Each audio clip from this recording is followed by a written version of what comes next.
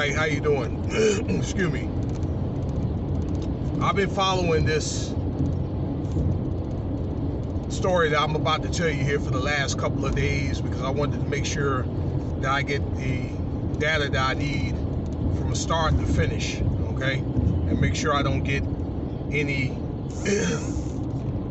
inaccurate reports, okay? Sometimes the news don't explain everything in full detail. Sometimes there's conflicting reports, but I have been paying attention to it.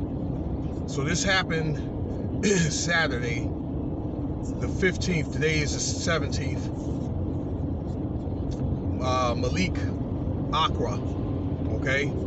This man had came inside a Zionist Israeli synagogue out in Colleyville, Texas. It looks like it's north a little bit of Fort Worth on 35 West, okay? You know, that freeway splits up at a certain point and it joins back, okay? 35 West goes through Fort Worth, 35 East goes through Dallas, okay? Excuse me.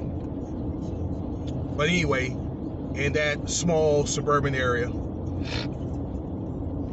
this man had held four people hostage during a live stream of their synagogue service. All right, and abruptly interrupted it with loud screaming and so forth.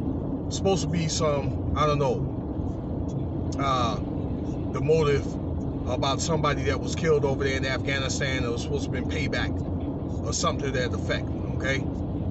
That part, I didn't get all the details of it, okay, but it was labeled as a this incident was labeled as a terrorist act. So I do know the governor came and spoke on this. The president came and spoke on that as well. But I felt like he labeled this incident as a terrorist act.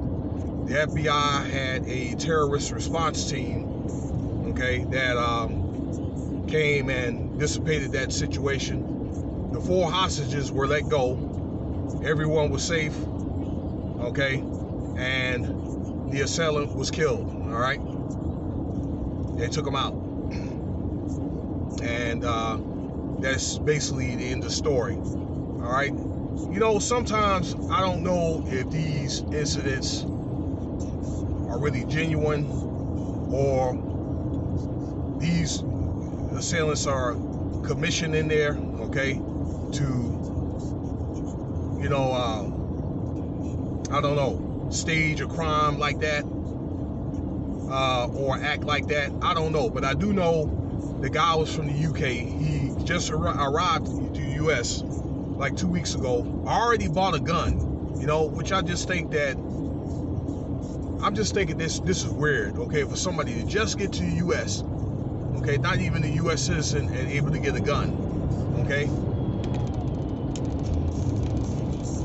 I believe that somebody supplied him that gun, all right?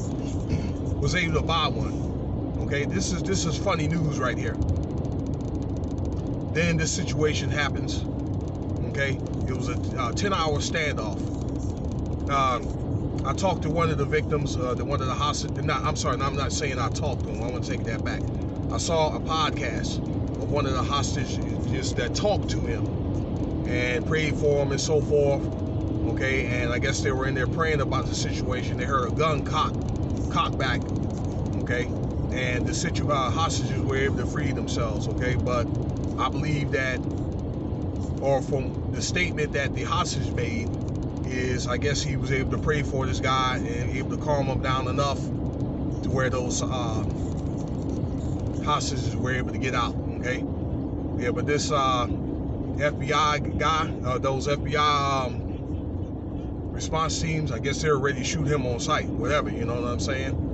So, I don't know, all right, but heinous acts against cathedrals or whatever, all right, and this is something that's been going on for centuries or whatever. Take, for instance, up in sub-Saharan Africa, all right, when they had, you know, the Christian faith up there, okay, where it was something like what? At one time, during the Roman invasion, 70%, something like that, of Christian in sub-Saharan, and now it's like 4%. And over the last 40 years, just the last 40 years, there's been a lot of church bombings out there, well, Christian church bombings, okay, so forth, in sub-Saharan Africa. You know, Christian faith is one of the most persecuted, is the most persecuted religion in the world, all right, right now.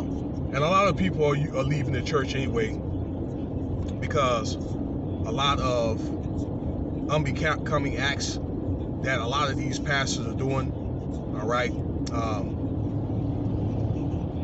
People just don't feel like the church has really any worth, all right, as far as trying to find progress in most men's lives and so forth, okay. They're not really giving any advice to jobs, okay. They're doing things like making out with all, okay, the pastor having 10 women, okay, in the front row or whatever that he's sleeping with, that type of stuff, all right. They're just abusing their power. And I wanted to do another video about that. Maybe I'll get around to do that tomorrow in a guy in Tulsa, Oklahoma. But the reason why people are not showing respect for these religious institutions, okay? You have to be careful about putting all your faith in these religious institutions, as well as many of these leaders. Okay, many of these leaders, I gotta tell you, they ain't worth a damn, all right?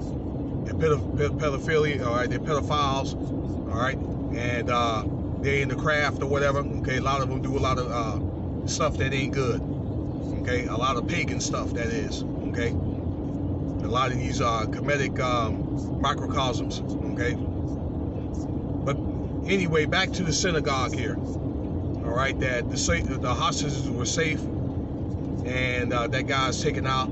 I mean, I believe that this is going to be another ploy to put more regulations on buying guns and so forth. All right, they're going to use this as like a ploy. This is the campaign that we have now. Okay, the Biden campaign to say, hey, you see, this is what I'm talking about. All right. I said earlier today, before I leave here, that video I did earlier today about that burglary they did up in Harlem, New York, okay, where the mayor feels as though there's too many guns in the streets. It ain't the guns, it's the people. All right, so it's the people that have these guns. And then again, I don't see how this guy was able to get a gun in the first place. Let me know what you think about this video here, all right? Subscribe, like, share, leave your comments. Let me know your thoughts.